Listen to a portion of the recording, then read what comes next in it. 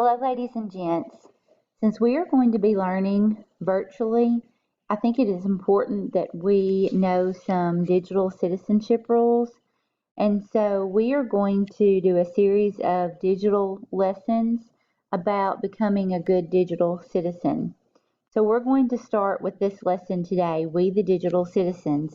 And what you'll need to do is listen to my video, and then once you've listened to my video, there will be a short exit slip that will also be in the assignment that you will need to complete, and then you can actually turn it in. This will be for each day. So start thinking about how we can be good digital citizens. Have you ever made a promise to your family to be safe and responsible?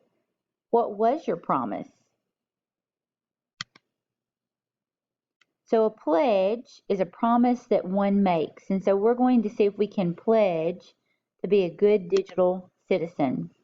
Digital citizen is someone who uses technology safely and responsibly. Because we are going to be online quite a bit for our online virtual learning, it is very important that we take that seriously. It's very important that we are safe and we are responsible when we are online. This is a little video that we're going to watch.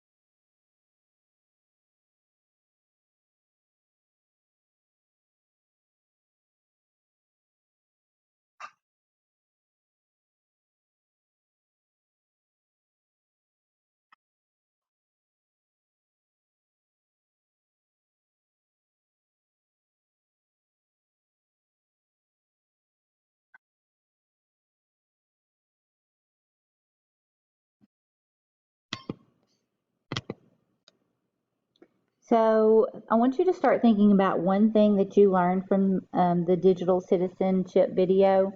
They mentioned several different things, but in your exit slip, you will be writing a sentence about one thing that you've learned from their lesson. So why is it important to ask for permission before going online? One important thing about that is just for your safety. It's always important to let your parents know to ask for permission before doing those things. Why is it a good idea to set a time limit when using technology?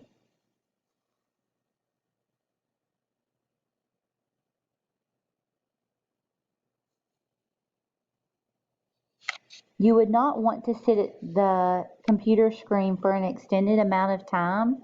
It's good to sit with our virtual learning. You can sit and you can learn for a few minutes, but then I encourage you as you go throughout your day, take breaks. And if it's pretty outside, if your parents allow, go outside and play for a little bit, or do something that you enjoy doing in the house.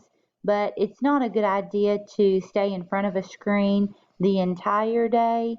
And so, if you want to set a time limit and say, okay, I'm going to work on this subject for this amount of time, and then I'm going to take a break, that's good. It's good for your brain. Why shouldn't you share your username and password with other people?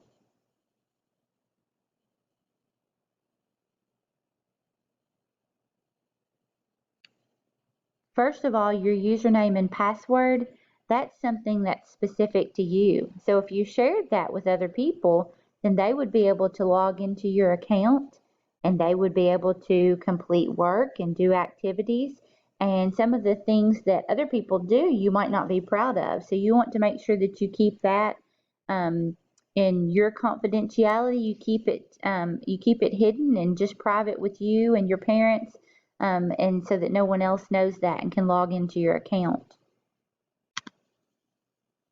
Why should you only talk to people you know online?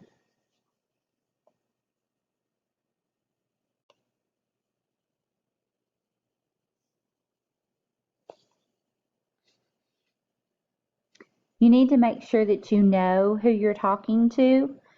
Just as your parents would tell you, not to go up to a complete stranger, when you were out and about somewhere. The same thing is with virtual learning and activities online. You need to make sure that you know who you're talking to just so that you can make sure that you're safe.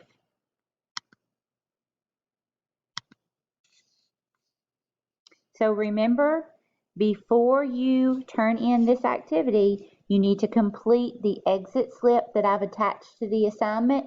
And once you have completed that, then you may turn your assignment in. Thank you.